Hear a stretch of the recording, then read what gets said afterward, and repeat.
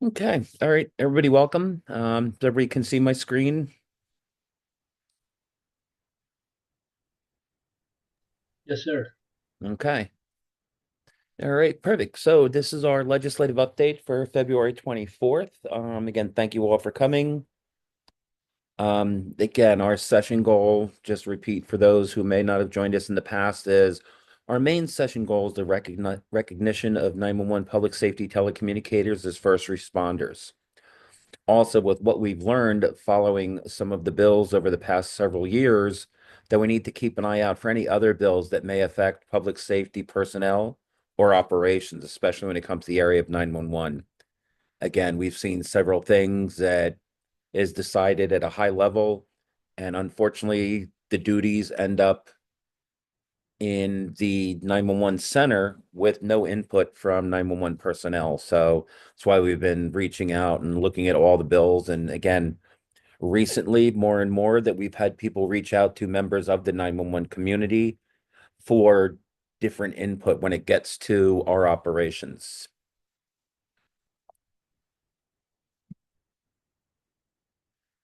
So, a few facts about the 2025 Florida legislative session again begins next week on March 5th.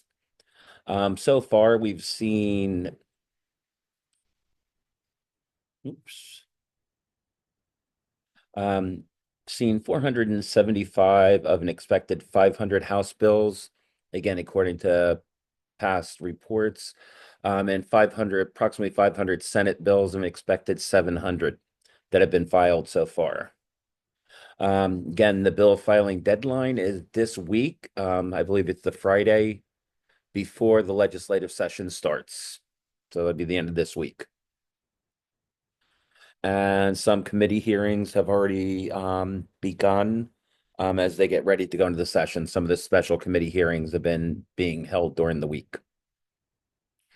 Okay, again, just a quick shot of what goes on. This will be a little bit more interesting. We get into the session, seeing how many bills, when we see so many bills filed, and also just for ours, how many are actually passing, because it's good for us to see which bills pass. Because if they are public safety related, sometimes we have a better shot of getting ours forward if we can kind of, for lack of a better phrase, marry it to another bill and say, well, this is, this is what we need, and this is what's that. And we'll be talking about that in a little bit with a bill that was just recently filed today. Okay. So right now, the bill that we do have out there is House Bill 483. It's entitled Emergency Communications State Plan.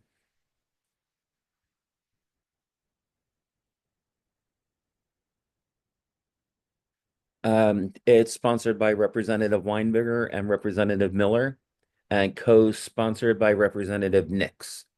We're still looking to reach out to for co-sponsors. So those that of you that have spoken to people during your county's legislative delegation meetings, reach back out to them and ask if they would join on as a co-sponsor. Again, as we get through the committee hearing to get to the floor, the more co-sponsors we have up front gives us a better idea on how the bill is going to be treated once it gets to the floor.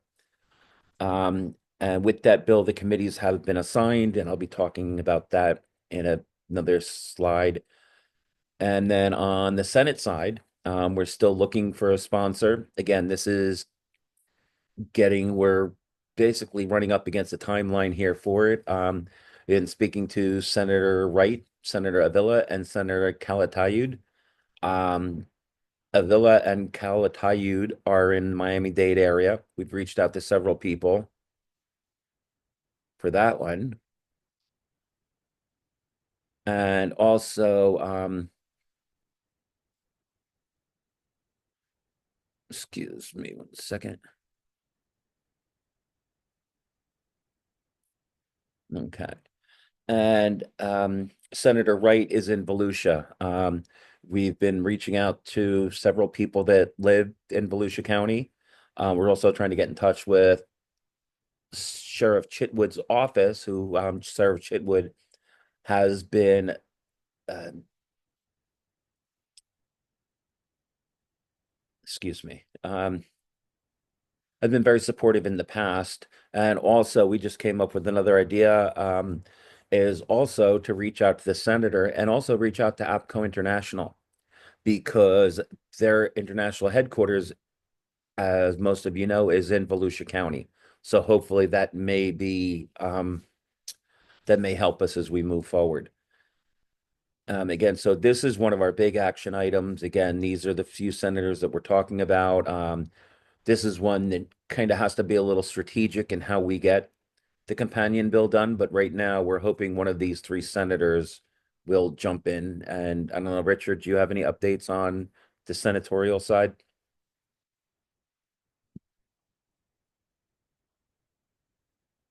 No, not yet. I've been in contact with our House sponsors today, and I just literally sent them a message that APCO is located in Volusia. We're still going back and double checking with Senator Grall, and we have not heard back from Senator Calatayud from Miami. So we have two or three feelers out, and you said it earlier. Friday's the deadline, so we're scrambling a little bit. The sooner we get a Senate sponsor, then we can get our House bill heard. They don't want to hear the bill in the House until we have a Senate sponsor. So that's why we're doing the full court press on the Senate sponsor right now. Okay. All right. Thank you, Richard. So with once we do get our Senate sponsor, our next step on that side is to get it heard in the committees. Our committees have been scheduled. It's the Economic Infrastructure Subcommittee, Government Operations Subcommittee, and Commerce Committee. So one of the things that we have looked at again that hopefully will be in our favor, Representative Lamarca from Broward County has been supportive in the past. And also, we know the Broward Sheriff has been very supportive, and we have very strong ties down there with Representative Lamarca's office. After that, we need to go into the Government Operations Subcommittee.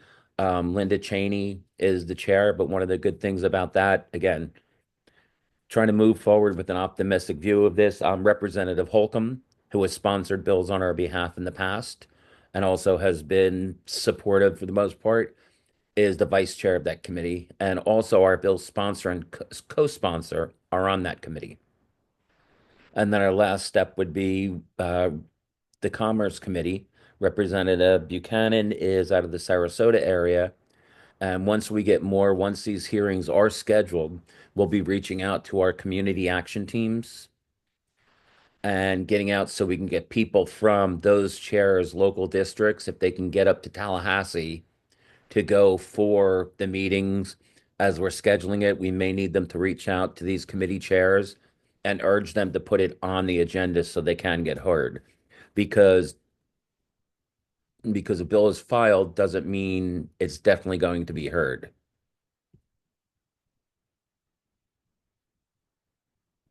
Okay, that's good to know. And also Will Young from St. Petersburg, um, he's just let us know that Linda Cheney has always been receptive when they present at the Pinellas legislative delegation. So I think we're in a good spot, at least with our committee assignments. Again, it's still going to take work on our part, but again, I don't know. And Richard, stop me at any time, but I don't see any huge hurdles that we have to look at right now, at least with this lineup, taking everything else out of the equation. Some of the legislative delegation meetings we have coming up this week, again, where we need a lot of all the help that we can get as we move forward. Um, Tomorrow is the 24th, and that is Representative Lamarca will be at the Broward County legislative delegation. We've reached out to Kathy Liriano and others from Broward County. There's no public portion of this, but as we did last week in Palm Beach County, it's just to see the representatives. They go in either before or on one of the breaks and just, let them know again that, hey, this is this. Hopefully by then we'll have a Senate companion bill by tomorrow. We're not sure yet, but even if not, just say, once we get it, you're the first committee chair, and we'd really like to see this bill get a hearing. With that, later on in the week, on the 27th is Polk County, and I have Will from Lake County has offered he may be trying to get down there to see where we are and speak at that.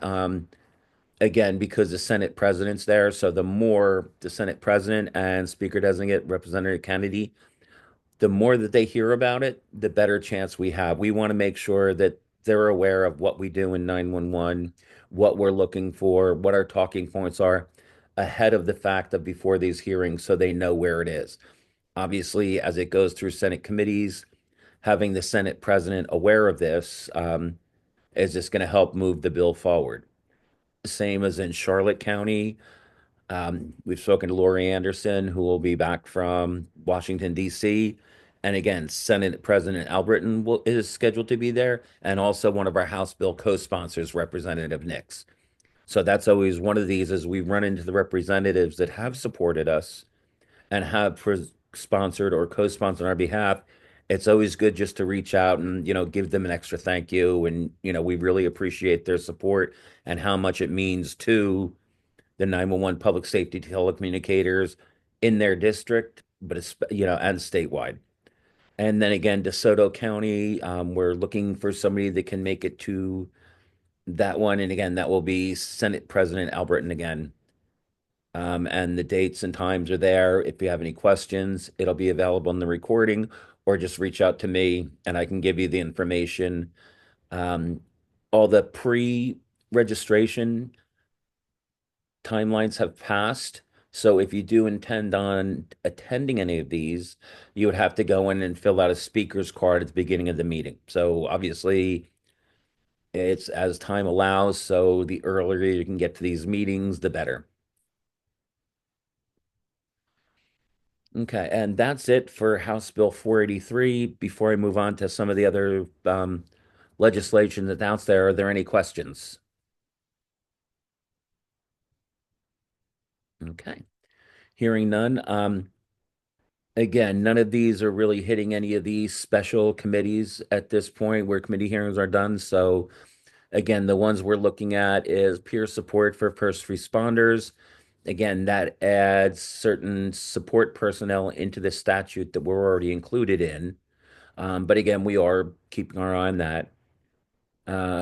Disability provisions for firefighters, law enforcement, and correctional officers, more or less just informational.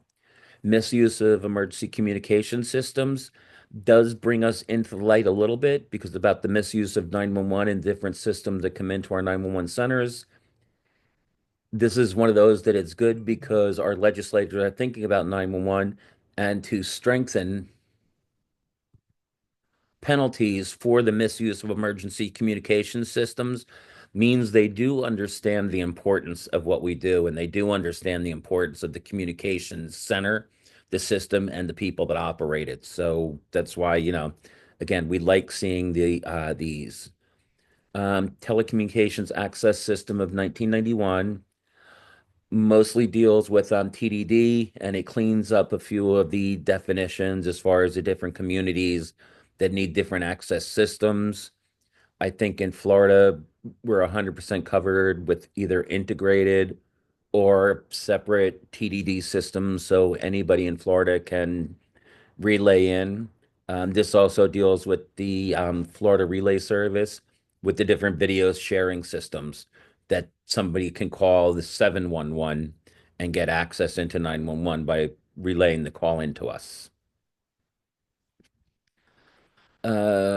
Spectrum alert. This is for people on the autism spectrum end up going missing or endangered.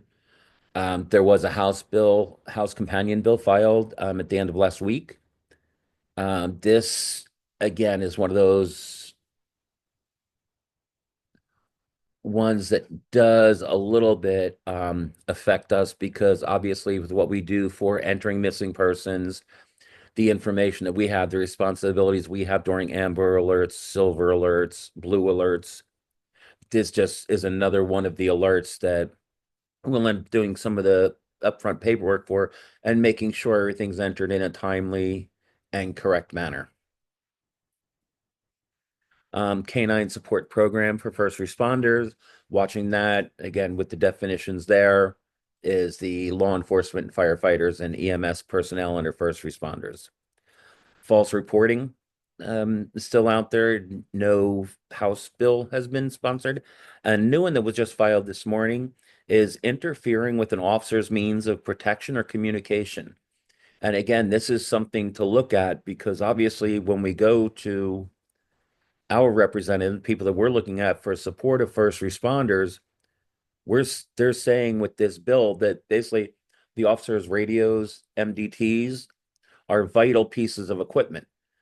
And on the other side of that vital piece of equipment is our 911 public safety telecommunicators. So that's something that we can use as leverage when talking and, possibly tweaking our talking points as we go through the committee process. But again, where everything surrounding us, they're considering, critical, life-saving, and of course, okay, it's great, but we need the people that are working all this equipment to be recognized as first responders and recognize the true professionals that they are. And then the last bill that we're looking at is public records and meetings for NG 911 systems. Again, this is just making certain segments of our 911 systems, operations, buildings, technical drawings exempt from public record, just as it is critical infrastructure. Obviously, certain things we need to keep from the public, especially for what's known as the bad actors trying to get into our systems. Okay, with the other bills, any questions on any of the bills that are out there? Okay. Um, the another thing again where we have to keep looking at, all things 911, all things public safety. So just for people's information, the next emergency communications board in Tallahassee is being held on the 16th and 17th of April. Um, Once we get closer, there is a Zoom link on the Emergency Communications Board website for those to join, or if they want to join in person. This one will be very interesting for those that are involved on the technical side of 911, because on the 16th from 1 to 5, basically be a panel with all the next generation core service providers. Basically with the panel and the questions that we have. One of the big things that I know on the 911 coordinator side is that we're looking a lot about the interoperability of these systems. And same thing, certain legislation calls for interoperability of our systems and communications throughout your counties, across county lines. But we need our vendors also to understand that, this is what we have and make sure that when they come in, they're properly equipped. So with our equipment that we can talk to whatever county we need to. 911 goes to Washington's being held as we speak. The good news is we do have several delegates from Florida that are attending. And later on this week, they will be conducting different Hill visits with our congressional representatives and senators later in the week. At the national level, we're looking a little bit more at the 911 Saves Act. Again, we do have a bill introduced. There's been nothing on the Senate side at the national level.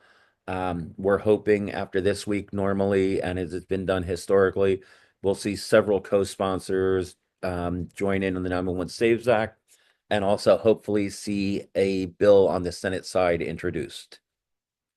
The other thing that they're looking at the national level also, and which we're also looking at the state level as we move forward, is next generation 911 funding. As we go through, again, I'll say personally, I was told next generation is going to be less expensive than what we had, and we found out that's not really becoming true. A lot of what we do now is service based. So rather than buying equipment and owning it, we're seeing it where we have equipment, but actually we're going on services. and we're building hosted services and we're paying for services with a monthly or annually recurring charge. So these are things that we want, for the funding. And also part of our allowable expenses in Florida with the 911 fund is for our personnel. And again, as that will trickle down, but that will help us with other initiatives that we may have where funding comes in. Okay. So with that, our action items for this week most remain the same. The big one right now, again, at the highest level is, a Senate sponsor. Richard's working on it. We have a few contacts going out to a few other people. Um, if anybody knows anybody in the Daytona Beach, Volusia area, let us know if they happen to have any type of relationship, knowing Senator Wright or knowing Sheriff Chitwood or somebody in his executive staff, please let us know. Because again, sometimes, and Richard can attest to this, it just sometimes takes the right phone call from the right person to get things expedited and moving a little bit quicker. With that, same thing, keep the outreach going on, keep the awareness of what we do, let everybody know, the importance of 911 as we go forward. Like I said, we've seen several statutes relating to 911 where we need to get our personnel out there. We need to say, and again, this year for House Bill 483, it's simply simply defining first responders as it pertains. And then with the state communications plan, that falls in line with some of the other 911 associated legislation that we've seen passed. As we said, keep talking to, our colleagues and other organizations in public safety, the firefighters, PBA, sheriff's deputies, the AFL-CIO, Communications Workers of America, whatever your union representative may be. But we need to keep the dialogue open with them. Because as we do go through the committee, that's when we may need a few people making phone calls or sending emails on our behalf. So we want to make sure that we have those people ready to go. Community groups, again, when you do have, a lot of us have outreach with, school children, sports teams, scouting groups. Great thing, number one, there's adult scout leaders there. Normally, these people are active in their community, not just with the school sports teams and scouts, but also on the political side. So that's where they may have somebody, they may be able to help make a phone call or send an email on our behalf. A lot of what we do every day, this is about, making connections with people, communicating with people, and again, making sure we know when we get to a certain point, we have a list of resources and a list of people available that we can turn to help us in a certain area of the state or with certain personnel or with certain organizations to move forward. Um, the one reminder I'll give everybody just to say, again, make sure you know your agency's policies and the chain of command. There are certain things, that we cannot do as public employees if we're wearing our agency's uniform or if we're sending an email from a government email account, there's certain things that we can and can't do. So make sure you're aware of that because we don't want to see any of our members get into any trouble, because of trying to do a good thing and end up getting in trouble. The communications action teams have been very helpful. We've reached out to several that have been working on some different things. We still have a few regions that are needed. One of the ones that we'd like to focus on too is Region 2, which is Leon County, which is Tallahassee. Because once we do have some of these committee meetings, along with having the committee chairs, district representatives there, if we have people from Leon County or the surrounding counties, even Region 1, which is very close, to be able to go to Tallahassee, if we have to show up in a show of force, we're looking at a few things as far as slogans. Richard and I have talked, and all of us have talked in the past about, back in 2008, 2009, showing up with the yellow t-shirts, symbolizing the gold line, whether it's, I am 911. One of the slogans they're using up at 911 Goes to Washington is Very simply, 911 saves lives. And, that's something, that we could do, even if we try and change that a little bit. And whether it's 911 PSTs save lives right there. It's a very true statement. And it says unequivocally that we are first responders. And I think that's something that we need to look at. Again, we'll be reaching out to people. If anybody has any ideas for slogans, especially reach out to our colleagues up in those northern and panhandle areas that may be available, because once we get a Senate companion bill, we're hoping to get our first hearing basically next week.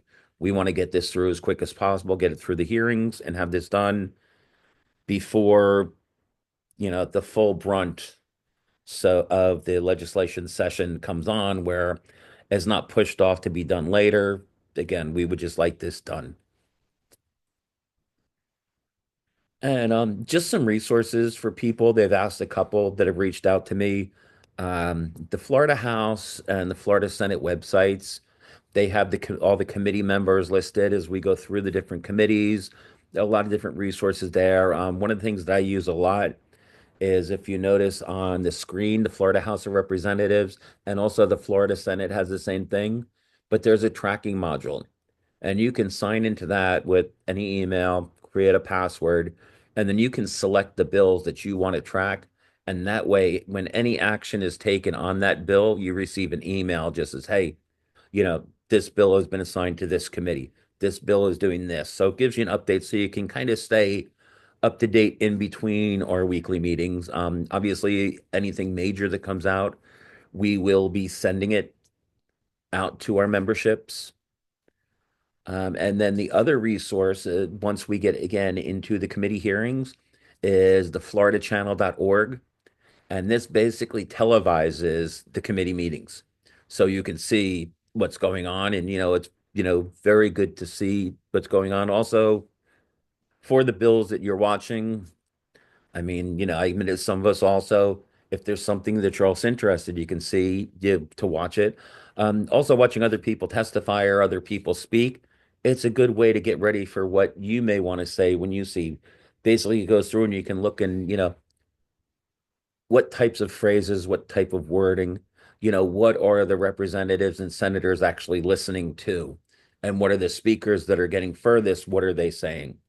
Again, just some different resources that we can do, to help as we move forward. And with that, again, always, as you know, the three organizations for APCO, Florida NINA, and the 911 Coordinators Association, we're trying to keep our members notified as well as possible this year, keep everybody informed.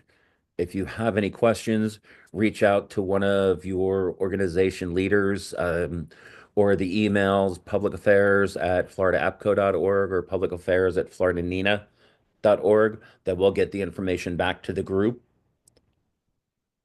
so we can follow up on anything. And again, we'll be sending out emails from the various organizations when we do have any big updates or especially any very important calls for action.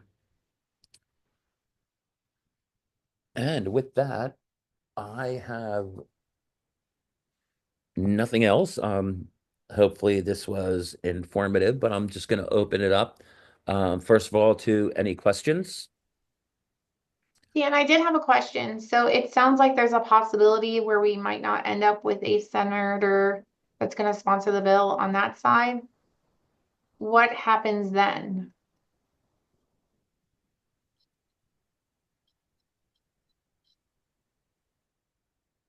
And Richard, if you don't mind, I'm going to turn that over to you.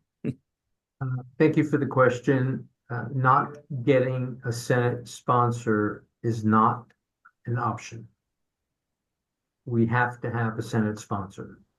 And we're not to the panic stage yet, but um, we'll we'll we'll do whatever it takes, but we will have a Senate sponsor.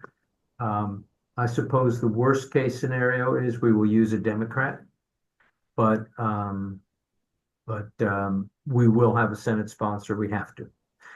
Senator Grall, Grall from Indian River County, is also thinking about it. She was just swamped with her private life last week, so that's why we turned to Senator Wright. So if we have any good contacts in Indian River that can reach out to Senator Grawl, she is also a great possibility. So I want to throw that out, but we will have a Senate sponsor. Okay.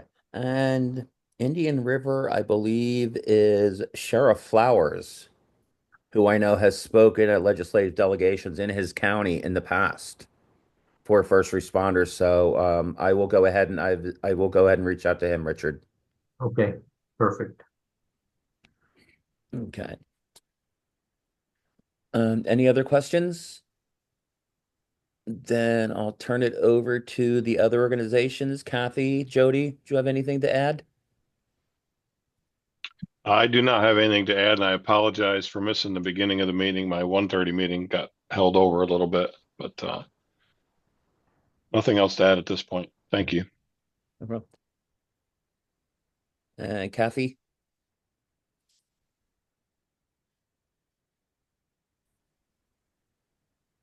I see she's on mute. I don't know if she's.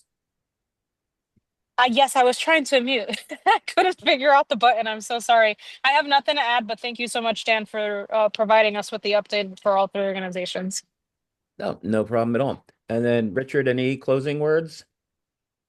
Um, no, I hope that we are, once this is a little bit bigger than a speed bump that I didn't think we were going to have such a challenge getting a Senate sponsor, but it just worked out the way it did.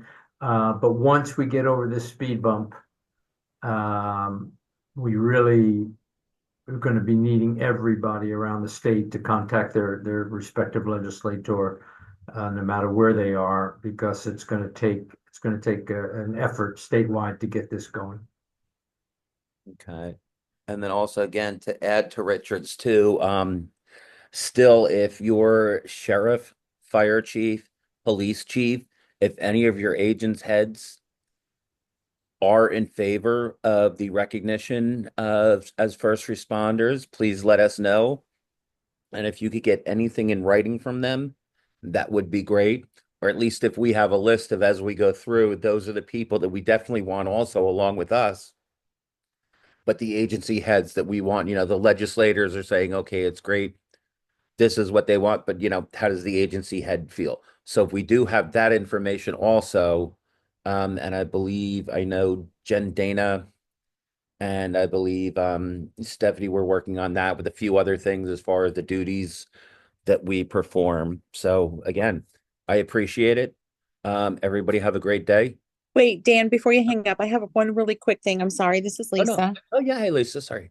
Hey, when we're talking about getting support from our sheriffs, our chiefs, and things like that, is it possible to put together like a small 5-minute presentation from the three agencies that are in support of it that we could present to them, like in a group where we could have maybe Richard in the meeting in case they had some questions, that we could just give like a high level overview of what are our challenges, what are our obstacles, and just to see if they would be interested in joining in on that and doing something as a group for the state for anybody that was interested. No, I think that's a good idea. We do have, I know we do have our talking points that we've been updating as we go along. We could do that. And even if we want to go ahead, I mean, number one, obviously, if if you have a sheriff or anybody who would like to join in on this call to see what's going on, we can give them an update, and that way they can, ask any questions with the organizations and Richard on the line. Or, and again, that's one thing too, I guess, if any of you run into anybody, whether it be a legislator, whether it be an agency head, whether it be, a local politician at either the county or municipal level, and they would like to get us, if they have questions, they would like to set up a call with us, let us know and we can get, it may not be the whole group, but we can always get a few people on the line together because we understand, yes, while we realize, we're looking at, statewide is this, but while it's a no fee bill, this does affect, our municipal leaders also, just with, how they phrase things and how they do things. So yes, we can, yeah, we'll work on something that we can do to put together a presentation. And Lisa, also, once we have our latest talking points, and I can go ahead and send that out to the group. And also we'll probably, once we finalize those, we can post that on our websites also for people to Okay. follow. They do have quick question. Like I said, if you have somebody who wants to jump on the phone with us though, by all means, we can get a few people together. Okay. I just thought it would be best if we could maybe get, a few of them that we know are supportive in the same, time zone at the same moment to hear the same message that, I mean, there's definitely value to individually, Yep. discussing it with him. But I think just as an overview, and there was something that you had said in the last meeting, or maybe it was the meeting before, that you guys had put together to present at like the Florida Sheriff's Association or something at one of the Oh, conferences. yes. Yeah, we did basically a stakeholder awareness program. Yes, that's kind of what I was thinking. I couldn't remember what you called it, but something along those lines. Um, and maybe even if they can't participate in it, you do record the meetings. So if they're not able to attend, that at least we would have that recorded that we could show them and kind of, you know, one-on-one go over it with them. I don't know, just some thoughts. I'm not sure, but something along those lines. No, I get it. Yeah, I'm thinking just really quick, go ahead, take our talking points and just turn it into, like I said, police chiefs. Well, the one thing that we have noticed, I mean, we can put something so we'll have it so you have a choice, maybe put a quick little few slide PowerPoint together with our talking points, or also just a sheet with the bullet points, because as you know, each chief and each sheriff is different. Some like the PowerPoint, others just hand me a sheet with bullet points and that's all they want to see. Right. And also So make we'll sure have it we're include, addressing the fire chiefs and the, the EMS everybody. chiefs. Yes. Yeah. So that they, and maybe go over, maybe look at, I don't know, maybe do like a comparison of where we were to where we are now. What statutes have changed that have impacted our role as a telecommunicator? We're not clerical, and no, we're not out in the streets fighting, but what has changed over the years that separates us? And I know some of that is already there. But recently with the telecommunicator CPR, that brings a whole new Yeah. element of it in. So just my thoughts. Yes. No. That's great. And I know we do have actually I'll throw under the bus, but I know Stephanie King from PBSO is going through with a list of just, it's basically, as you said, all the different changes that have been statutory and just all the changes that have been just with all the different technologies we come in. And again, yes, we used to hear what's going on, which still fits directly witnessing a crime, but now we are getting video. Now we're getting, all this other information that Right. has changed, that definitely has changed the profession. Yes. Okay, cool. Thank you. So I'll add to that. I did submit something over the weekend to Jennifer Dana, but she's in Washington, D.C. right now. So she's reviewing that, and then my chain of command will be reviewing it as well. I also wanted to add Jennifer and I will be in Tallahassee next week. So I didn't know if Richard had maybe some pointers of while we're in Tallahassee, maybe what we should focus on. I know there's some agenda items that we have to attend based on but if he had any pointers for that as well, as I've never been. Excellent, good. Did you have any pointers for next week or? Yeah, and we'll do it offline. Yeah. Okay. Are you coming up for Palm Beach County Day? Is that it? Yes. Okay, perfect, good. Yeah, we're still have fingers crossed tomorrow and we actually can get a bill hearing next week. So we'll do it separately offline. Okay. Okay. All right. Perfect. All right. Thank you, everybody. Everybody have a great day. Thanks, you too. Bye-bye. Bye. I'm sorry.